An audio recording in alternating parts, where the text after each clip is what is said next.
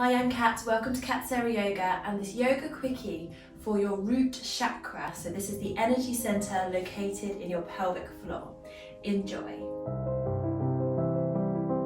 We're starting standing. Face towards the long edge of your mat and step your feet a comfortable distance apart. Toes can turn out 10 to 2. And we're starting by coming into goddess pose. You might have your hands on your hips as you sink your hips down. Try not to let the knees overshoot the toes. Imagine that your tailbone descends down towards the earth. Already you'll feel some activation around your hips, your thighs, maybe a natural lift in your pelvic floor, that hammock of muscle at the base of your body. Connect your mind with what you feel. Bring palms to touch in front of your heart and breathe. So we've come straight into this strengthening position. Let's now connect with the breath. Nice relaxed face and jaw, relaxed lips, teeth and tongue. Breathing wide and full into your rib cage. Feeling your feet grounded and connected with the earth. Shoulders are away from the ears, feeling strong. Good.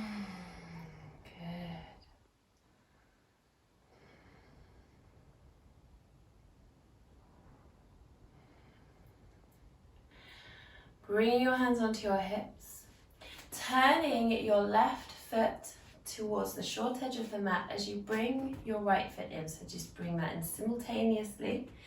You can have a right angle at the feet, so right toes point forward, left toes point out to the side. But if this is causing your left knee to twist in, as it is mine a little bit, bring that back hip around a touch. Bring the back toes in. So left knee is directly over left ankle and aligned with the second and third toe, not twisting it. Level the pelvis. We're in Warrior 2.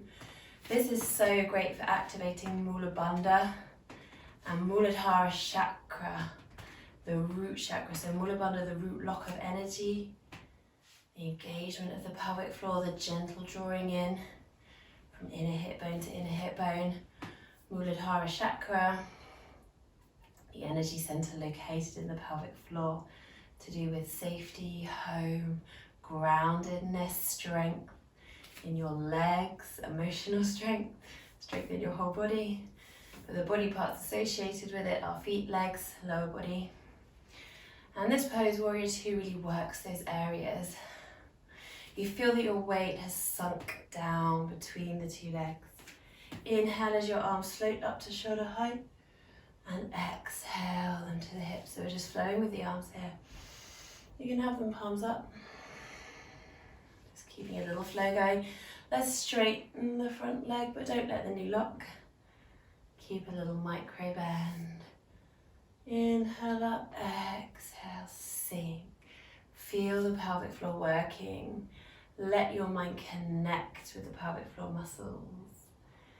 Good, let's make that the last one. We're going to simultaneously bring the feet back to our goddess pose. Bring palms to touch, sink your hips down. Tailbone descending down towards the earth. Knees don't overshoot the toes. Breathe. Let's see if we can lift one heel and lower it. Let's see if we can lift the other heel and lower it.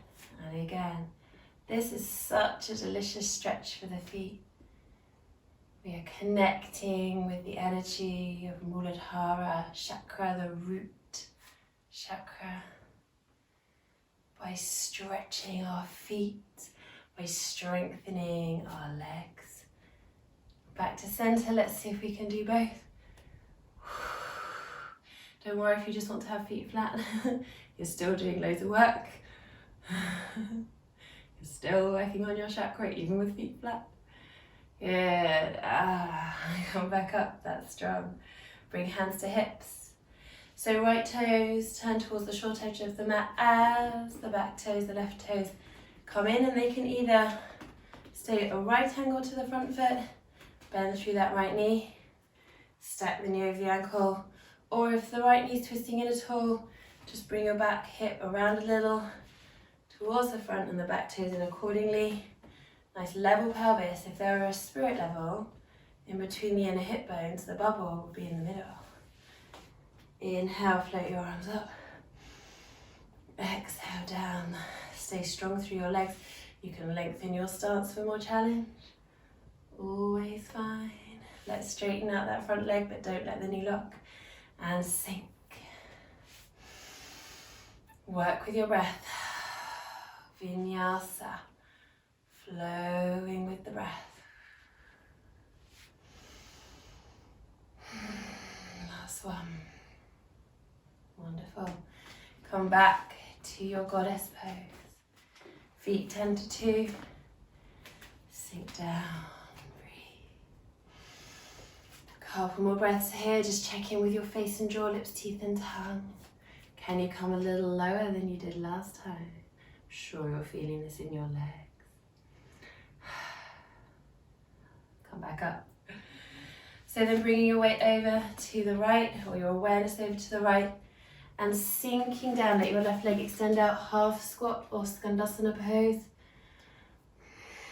It's okay for this right heel to be lifted, or your foot can be flat. Just listen to your body, see what your body wants, see what it needs, see what it's capable of today.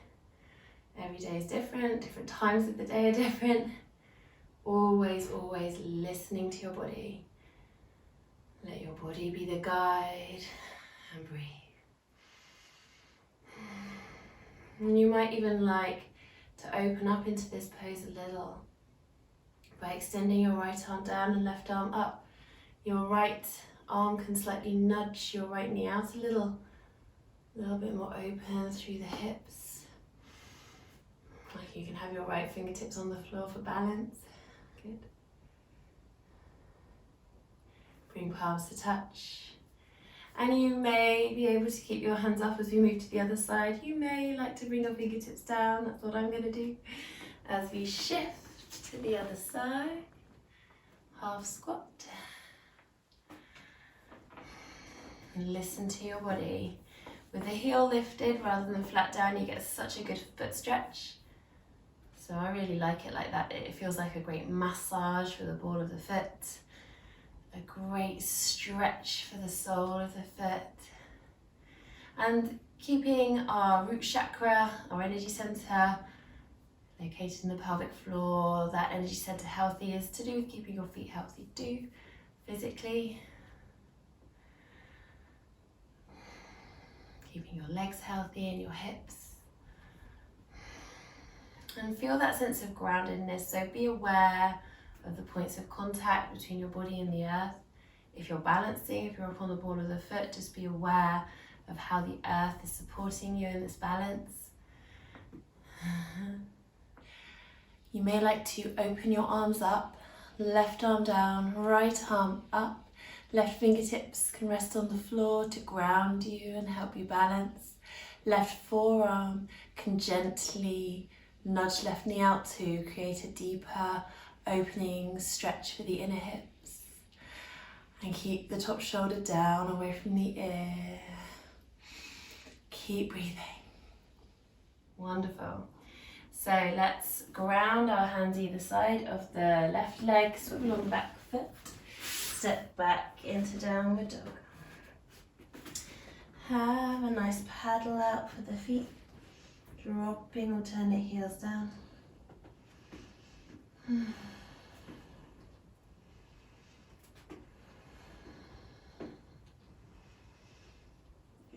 Maybe coming into downward dog for a little bit of stillness. Stretching your tailbone up and back. Spreading out your fingers. Grounding your hands into the earth. Hands are shoulder width apart, so make sure there's enough broadness and width between them. Let's slowly lower to hands and knees. Widen the knees, bring big toes together. Bottom onto the heels, extend forward on the mat in hare pose. Maybe feeling a little stretch in the inner thigh. Feeling that very gentle opening stretch for the pelvic floor. Really working your tailbone down towards your heels. Nice spread out fingers, palms broad. Gently grounding into the earth. So even in hair pose, it's kind of like a semi-restorative position because your lower body is relaxed. Your arms are slightly activated as your fingers spread and the palms ground and the forehead is relaxed and the neck is relaxed. Breathe. Stay here as long as you like. You might even stay here beyond the end of the video. When you're ready to come out of this pose, gently draw your tummy in towards your spine and roll up vertebra by vertebra. Come to sitting. Observe how you feel. Thank you for joining me. Namaste.